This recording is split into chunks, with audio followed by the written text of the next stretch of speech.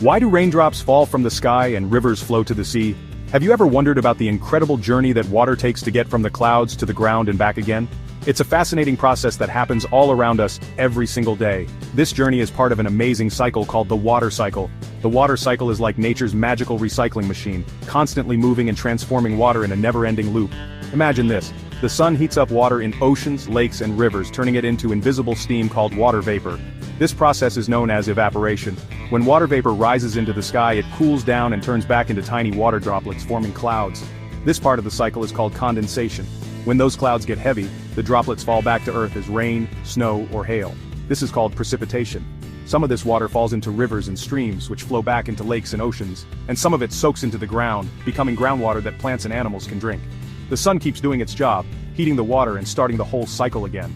Let's dive a little deeper into each part of this magical journey. When the sun heats up water in oceans, lakes, and rivers, it causes the water to evaporate. This means the water changes from a liquid to a gas, becoming water vapor. You can't see water vapor because it's invisible, but it's there, rising up into the sky. As the water vapor rises higher and higher, it starts to cool down. When it cools enough, it changes back into tiny water droplets. This process is called condensation. These tiny droplets come together to form clouds. Have you ever watched clouds form and change shape in the sky? That's condensation at work.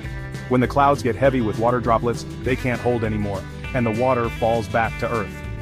This can happen as rain, snow, or hail, depending on the temperature.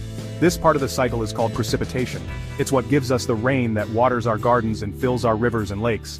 Once the water reaches the ground, it has a few different paths it can take. Some of it will flow into rivers and streams, eventually making its way back to the oceans and lakes.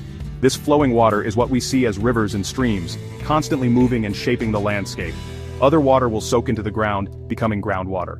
This groundwater is essential for plants and animals, providing the moisture they need to survive. Plants absorb this water through their roots, and animals drink it from streams and ponds, and the cycle doesn't stop there. The sun continues to heat the water, causing it to evaporate once again, and the whole process starts over.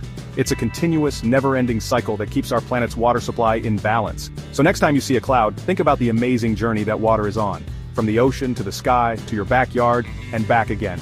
Every raindrop has a story to tell, and now you know it. Thanks for joining me on this watery adventure. Don't forget to like and subscribe for more fun stories about our amazing world. See you next time. Remember, every drop of water is part of this incredible cycle, and it's happening all around us all the time. Isn't that just magical? So, the next time you feel a raindrop on your face or see a river flowing, you'll know the amazing journey that water has taken to get there. It's a story of transformation, movement, and life, and it's a story that never ends. From the vast oceans to the tiny streams in your backyard, water is always on the move, always changing, always part of the great water cycle.